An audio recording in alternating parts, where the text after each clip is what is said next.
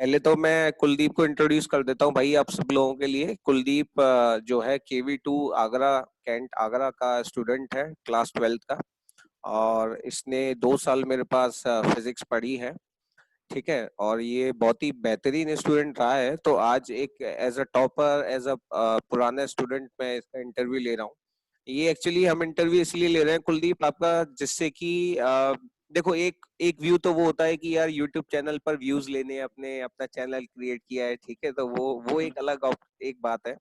But दूसरा ये है कि बहुत सारे 12th के जो बच्चे हैं, 11th के जो बच्चे हैं, वो मुझसे कह रहे थे कि भैया प्लीज आप उनका इंटरव्यू ले लेना, या फिर उनसे बात कर लेना, हमें बता देना, ठीक है, या उनसे बात करवा देना।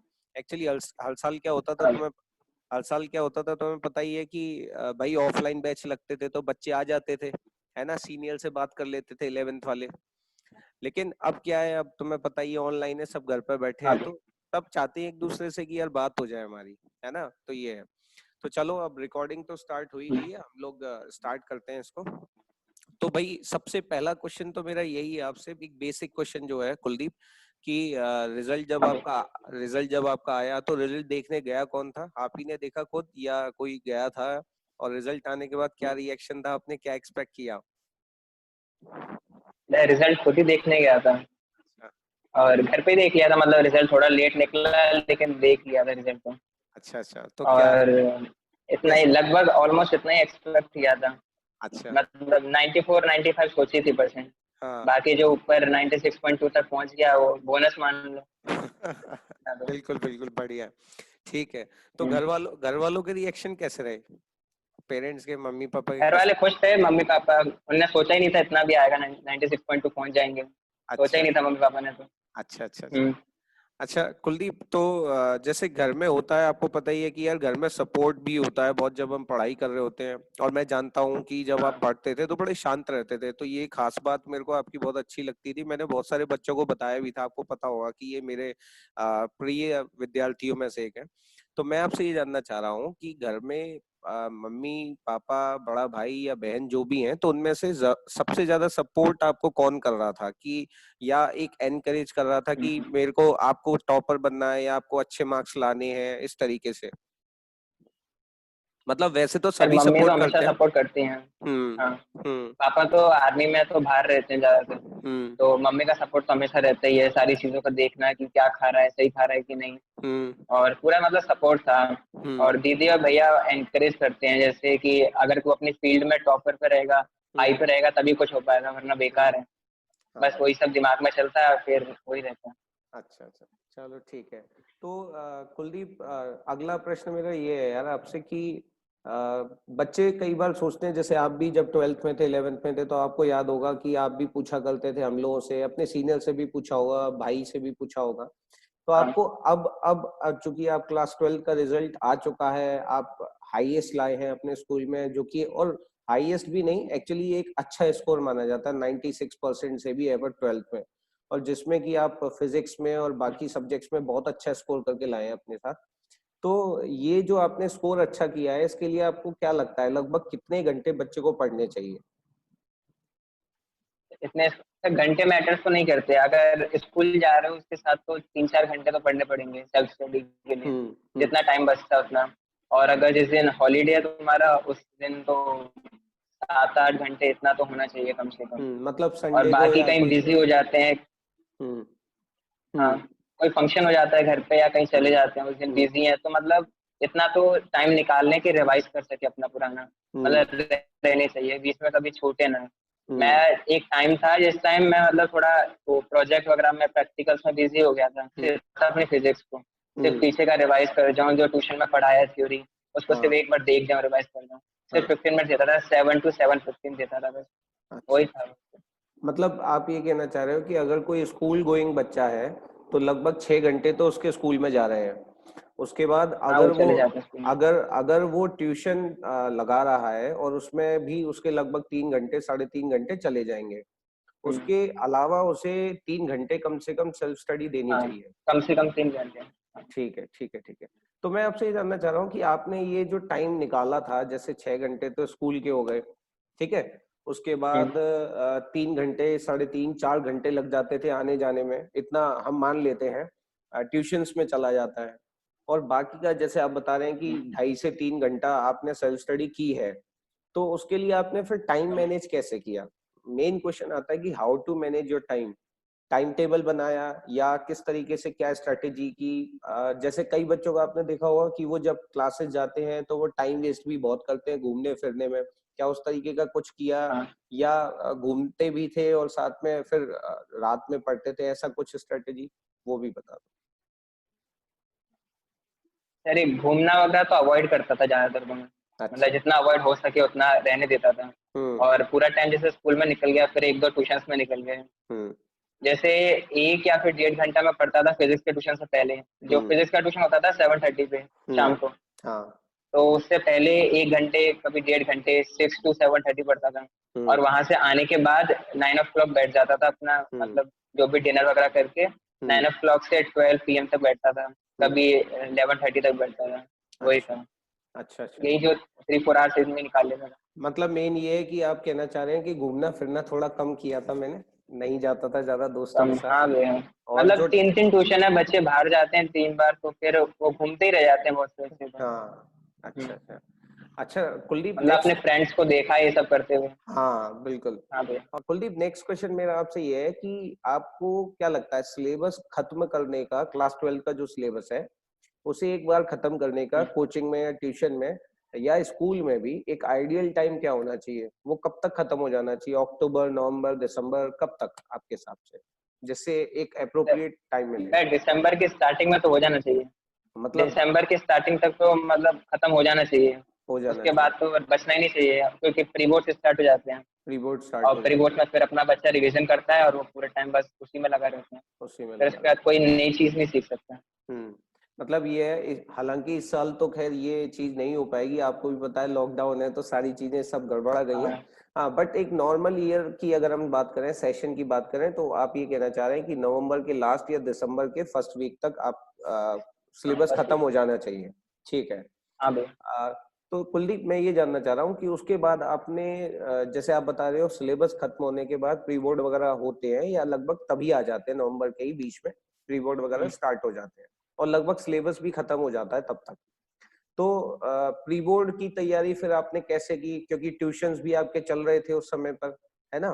तो आप प्री हाँ भैया। बोर्ड के लिए क्या अलग से प्रिपेयर कर रहे थे? ट्यूशंस पे ध्यान ना देकर सिर्फ प्री बोर्ड पे दे रहे थे, तो प्री बोर्ड में आपके कितने मार्क्स थे? क्या ये प्री बोर्ड इम्पोर्टेंट होते हैं, ज्यादा ध्यान देना चाहिए, या हल्के में, जैसे कुछ स्टूडेंट्स हैं या कुछ टीचर्स बोलते हैं कि हल्के में ले, या उस तरीके से कुछ?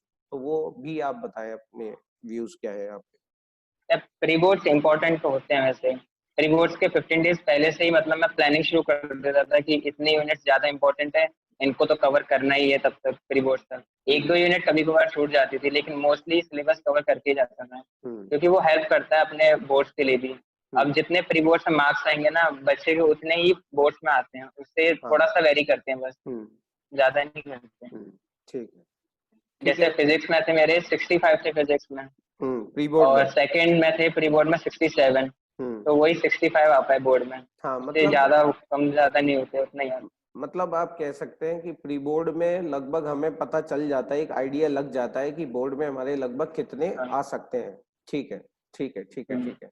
तो नेक्स्ट मेरा प्रश्न ये है कि जो एनसीईआरटीज होती हैं फिजिक्स की, जैसे मैं फिजिक्स की मेनली बात करूंगा, तो फिजिक्स में जो एनसीईआरटीज हैं, जो एग्जाम्पलर हैं, टेक्स्ट बुक है, क्या वो सफिशिएंट है 95 या 95 प्लस लाने के लिए, या उसके अलावा आपको लगता है कि नहीं बच्चे को रेफरेंस बुक भी लेनी चाहिए या कुछ बाहर से प्रैक्टिस करना चाहिए वगैरह वगैरह, ये चीज है? सर एनसीईआरटी बुक तो बेस्ट है मतलब, हम्म। लेकिन कुछ चीजें हैं जैसे जो मुझे लगती हैं, जैसे कुछ एनसीईआरटी में न्यूमेरिकल्स का लेवल ऊपर होता है थोड़ा, हम्म। तो कुछ बेसिक न्यूमेरिकल करने के लिए रेफरेंस बुक की जरूरत पड़ेगी। बढ़िया। और इस ठीक। बार ऑब्जेक्टिव क्वेश्चंस आ रखे हैं, हम्म। जो ऑब्जेक्टिव क्वेश्चंस आ रखे हैं उनके लिए भी रेफरेंस बुक की जरूरत पड़ेगी। हम्म। ये दो चीज मुझे लगती है जहाँ तक कि हम्म। बेसिक न्यूमेरिकल्स और ऑब्जेक्टिव के लिए थोड़ी एक्स्ट्रा बुक या फिर आपकी शीट वगैरह करनी पड़ेगी, हम्म। ये सब देखना पड़ेगा। अच्छा बाकी एनसीईआरटी न्यूमेरिकल्स के लिए थ्योरी बेस्ड तो थोड़ी ठीक है। हम्म। मतलब आप ये कहना चाह रहे हैं कि एनसीईआरटी, कोई बच्चा ये सोचे कि हम एनसीईआरटी की टेक्स्ट बुक की जो एक्सरसाइजेज है उन्हें डायरेक्ट सॉल्व कर लेंगे, थ्योरी पढ़ के ही, तो वो पॉसिबल नहीं है। उससे पहले हमें पॉसिबल नहीं है। थोड़ा सा बेसिक लेवल के क्वेश्चन भी करने पड़ेंगे। ठीक है, ठीक है, ठीक हाँ है, बढ़िया। और उसके लिए चाहे आप एक रेफरेंस बुक ले ले, चाहे आप जहाँ ट्यूशन पढ़ते हैं वहां से शीट या जो भी स्टडी मटेरियल मिलता है उससे आप तैयारी कर लें। ठीक है, उसके बाद आप एनसीईआरटी करें। ठीक है, ठीक है, ठीक है। हाँ तो कुलदीप, नेक्स्ट क्वेश्चन मेरा ये होगा कि जैसे कई बार आप सुनते हैं कि सेल्फ स्टडी से 96% किसी बच्चे के आए हैं, और एक कोचिंग वाले बच्चे की या ट्यूशन जिसने ली है, जिस भी सब्जेक्ट में उसे दिक्कत थी, उसके 96% अगर आ रहे हैं, तो आपको क्या लगता है, आप आपके पॉइंट ऑफ व्यू में दोनों में क्या डिफरेंस है? डिफरेंस तो भैया थोड़ा बहुत रहेगा। मतलब उसने कोचिंग में पढ़ाई की है, मतलब 100 बच्चे या फिर 120 बच्चों का माइंडसेट उसने देखा है, अपने आसपास का माहौल देखा है और सब कुछ ऑब्जर्व करके गया है वो। उसके थॉट्स जो होंगे ना, वो सब बच्चे के मिलाकर जो आएंगे, रिजल्टेंट एक तरीके से होगा। और जो घर पे सेल्फ स्टडी किया उसके थॉट्स में मेरे हिसाब से लगता है कि इतने नहीं होंगे। जो बुक से एक दो बुक से मिल चुका ज्ञान होगा वही होगा सर। बाकी वो जो बच्चा है जो 96 ट्यूशन से लाया, उसमें थॉट्स का थोड़ा डिफरेंस होगा। अच्छा, अच्छा, ठीक है। तो नेक्स्ट क्वेश्चन मेरा ये है कि जैसे आपने एमजीसी ज्वाइन की थी फिजिक्स के लिए, तो आपने ये कब ज्वाइन किया था? और एमजीसी मैंने हम्म, हम्म, हम्म, 11th की स्टार्टिंग में ज्वाइन कर लिया था मैंने। ठीक है, तो लगभग आपको 2 साल हो मतलब गए थे स्टार्टिंग से एमजीसी में। 11th में 10th पास आउट करके। हाँ तो भाई। आपको 2 साल हुए, तो फिर ऐसी क्या चीज थी जो आपको लगी कि नहीं, मेरे को यहीं फिजिक्स 2 साल कंटिन्यू करनी चाहिए, या यहीं पढ़नी चाहिए, और भी ट्यूशंस या कोचिंग्स भी होती हैं, फिर भी ये एक क्वेश्चन ऐसा है जो मुझसे जुड़ा हुआ है या कोचिंग से जुड़ा हुआ है, इसलिए भी मैं पूछ रहा हूँ, आप कह सकते हैं। हाँ मैं स्टार्टिंग में एमजीसी आ गया था, मतलब 10th पास आउट करके ही। बस मैं एक दो महीने पढ़ा, उसी में समझ गया था कि यही सही है। मतलब बाकी मैंने देखा ही नहीं है कौन पढ़ाता है, नाम सुने होंगे एक दो, लेकिन गया ही नहीं किसी पे, क्योंकि मतलब एक जगह पे सही मिल गया फिर क्या जाना कहीं पे। वहीं पे कंटेंट वगैरह सब कुछ सही था, अपना टाइम मैनेज भी हो रहा था, टाइम सही था, टीचर सही था, और फिर सब कुछ मटेरियल वगैरह सही मिल रहा था, फिर कहीं और जाने की क्या जरूरत। ठीक है, मतलब हाँ बस। कई कई बार क्लास में होता है ना कि बच्चे या बाकी के बोलते हैं कि अरे वहां पर भी हो रहा है इस तरीके से, वहां पढ़ के देख लो, वो करके देख लो, तो ऐसा एक्सपेरिमेंट आपने नहीं किया 11th में? क्योंकि बहुत से बच्चे, आपको पता होगा कि नहीं भैया। 11th निकाल देते हैं सिर्फ एक्सपेरिमेंट्स में, और फिर उन्हें 12th में काफी प्रॉब्लम आती है, आपको पता ही होगा, कंसेप्ट सीखने में, वेक्टर्स में, इंटीग्रेशन में, इन सब चीजों में। नहीं भैया, मैंने कहीं ट्राई नहीं किया। मेरे को आपका समझाया समझ आ रहा था, फिर मेरा कोई मन ही नहीं था कहीं और जाने का। जो 3 ट्यूशन मैंने फिक्स कर चुके थे अपने, हम्म, मैथ्स फिजिक्स और केमिस्ट्री के, वो कहीं देखे ही नहीं फिर उसके बाद। ठीक है, बढ़िया। हम्म। अच्छा, कुलदीप, एक बेसिक क्वेश्चन और है मेरे दिमाग में कि हाँ एक्चुअली भैया। ये सभी बच्चों के दिमाग में आ रहा होगा, आपके में भी आया होगा, कि आपके जो फिजिक्स में 95 आए हैं और 5 नंबर हाँ। आपके कटे हैं, तो आपको क्या लगता है ये 5 नंबर आपको किस सेक्शन में कट रहे हैं या कहाँ कटे होंगे? एक्सपेक्टेड कौन सा पोर्शन रहा होगा? हालांकि ये बात आपको 3 तभी मार्क्स तो पता मुझे चलेगी, लगते हैं। हाँ भैया। ये बात 3 आपको मार्क्स तो तभी मुझे पता लगते हैं चलेगी। भैया। हम्म, हम्म, 3 मार्क्स तो लगता है मुझे ऑब्जेक्टिव क्वेश्चन में कट गए होंगे। ठीक है, मतलब इतना तो श्योर हूँ, 2 to 3 मार्क्स ऑब्जेक्टिव में कट गए होंगे। अच्छा, और बाकी कहीं एक दो क्वेश्चन और थे, जो बाकी 50 मार्क्स का जो पेपर था, हाँ, थ्योरी बेस्ड था जो, हाँ, उसमें भी एक दो मार्क्स लग रहे थे, कहीं न्यूमेरिकल्स वगैरह में कहीं कट गए होंगे। अच्छा। बस वही पोर्शन थे। तो कुलदीप, मैं ये जानना चाह रहा था कि जैसे रिवीजन का इम्पोर्टेंस कितना है, क्योंकि आपने देखा होगा कई बार कि बच्चे रिवाइज नहीं करके आते थे, वो कोचिंग आ रहे हैं, ट्यूशन आ रहे हैं, स्कूल भी जा रहे हैं, बट वो रिवाइज करने का उन्हें समय नहीं मिल रहा है। तो आपको क्या लगता है, सिलेबस खत्म होने के बाद रिवीजन कितनी बार हमें कम से कम सिलेबस का कर लेना चाहिए? और जब हम डेली पढ़ते हैं तो उस डेली पढ़ने का क्या तरीका होना चाहिए? जैसे आप पढ़ते थे खुद, तो जैसे आज आपने शाम को कोचिंग ली और कोचिंग लेने के बाद आप घर जा रहे हो, तो आपका क्या अप्रोच रहता था कि मैं अब इसको कैसे याद करूं, कैसे रिवाइज करूं? हाँ भैया, रिवीजन तो बहुत इंपॉर्टेंट है। मतलब हम्म, रिवीजन नहीं किया तो सब कुछ निकल जाएगा दिमाग से, क्योंकि हम्म, सिलेबस इतना वास्ट हो रखा है कि पता ही नहीं चलेगा कहाँ कुछ छूट जाएगा, पता ही नहीं चलेगा। हम्म, सारी चीजें रिवाइज टाइम टू टाइम करनी पड़ेगी। हम्म, और जैसे आपने कोई टॉपिक पढ़ाया, अगर हम्म, वो न्यूमेरिकल से रिलेटेड है, तो कोई रेफरेंस बुक या एनसीईआरटी लेके न्यूमेरिकल्स की प्रैक्टिस करता था। और हम्म, थ्योरी बेस्ड है तो वही बस थ्योरी रिवाइज करके आता था नेक्स्ट डे के लिए। हम्म, और जो डेरिवेशन है उनको समझ के एक दो बार थोड़ा सॉल्व करके आता था। बस यही सब था, मतलब डेली डेली हर चीज जो पढ़ाई है वो सब पढ़ लेता था, बीच में मतलब रेगुलेटरी नहीं छूटनी थी। अच्छा, यही था। ठीक ठीक ठीक ठीक। तो कुलदीप, अब आपके क्या फ्यूचर प्लान है, क्या सोच रहे हो आगे क्या करना है अब 12th में इतने अच्छे परसेंट लाने के बाद? मेरा तो डिसाइड था पहले से ही, मतलब पहले से डिसाइड था नेशनल डिफेंस एकेडमी के लिए ट्राई करना है। अच्छा। और अब तो मार्क्स सही आया तो टीएस के लिए भी ट्राई कर सकता हूँ। हाँ तो ठीक है, यही प्लान है अभी तो। मतलब आप एनडीए के लिए प्रिपेयर करने वाले हैं? आ ठीक है, गया। बढ़िया। तो एक प्रश्न और मेरा रहेगा, लास्ट आप कह सकते हैं कि जो इस साल क्लास 11th के स्टूडेंट्स हैं और क्लास 12th के स्टूडेंट्स हैं, चाहे वो किसी भी स्कूल में हो, चाहे वो डमी कर रहे हो, चाहे वो स्कूल गोइंग हो, आपकी क्या एडवाइस रहेगी ऐसे बच्चों को कि वो, स्पेशली 11th वाले बच्चों की मैं बात करूं, कि 11th वाले बच्चों को किस तरीके से अपनी पढ़ाई करनी है, चाहे वो पीसीबी हो या पीसीएम हो, और उन्हें क्या ऐसी मेन चीज है जो करनी चाहिए जिससे कि वो 12th में आ पाए अच्छे मार्क्स के साथ और 12th से फिर एक टॉपर भी बन पाए?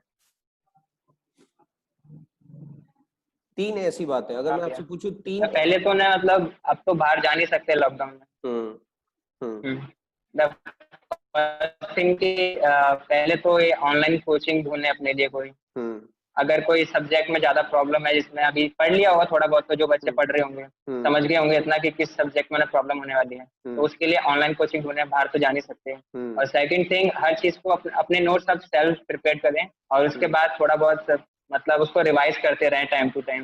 हम्म, और इस बार तो थोड़ा न्यूज भी देखें ताकि वो पता लगता रहे सीबीएसई ने क्या कर रहे हैं अभी आगे जाके प्लान। हाँ, ये क्या सब पता चेंजेस रहना हो रहे हैं? चाहिए, ठीक कहीं है। गलत सिलेबस ना पढ़ लें। हम्म, ठीक है। अच्छा कुलदीप, मैं ये जानना चाहूंगा कि जैसे ये जो 12th में आपके मार्क्स आए हैं, तो क्या 12th का कोई बच्चा जो 12th के लेवल से प्रिपेयर कर रहा है, क्या वो आईआईटी मेंस या एनडीए या नीट के एग्जाम में अच्छे मार्क्स ला सकता है? आपको क्या लगता है? फिर एनडीए में तो ला सकता है, मतलब हम्म एनडीए नीट ये सब तो कर सकता है। जो हम्म एनडीए नीट के लिए कर सकता है, और आईआईटी के लिए थोड़ा बहुत मतलब उसे एक्स्ट्रा देना पड़ेगा और टाइम हम्म निकाल के। हम्म आईआईटी अच्छा, मेंस निकल सकता है, लेकिन एडवांस के लिए तो टाइम देना पड़ेगा। देना पड़ेगा। ठीक है हाँ। कुलदीप, तो यही कुछ बेसिक प्रश्न थे आज हमारे।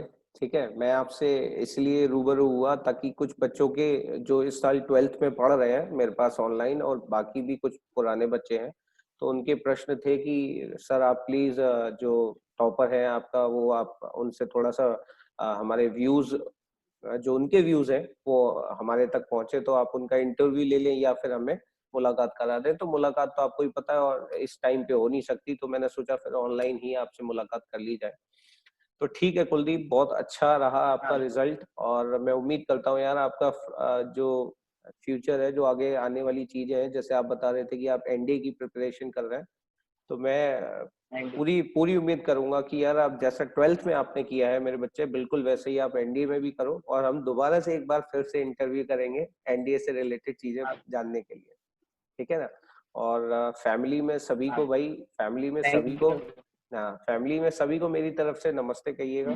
ठीक है, और कोशिश करिएगा कि अपने आसपास जितने भी जूनियर्स हो आप उन्हें एडवाइस कर सके, एक अच्छी एडवाइस कर सके, कि वो जहां भी पढ़े, चाहे वो यूपी बोर्ड हो, चाहे सीबीएसई हो, चाहे आईसीएसई हो, तो उन्हें एक एडवाइस कर सके कि वो किस तरीके से पढ़े। ठीक है कुल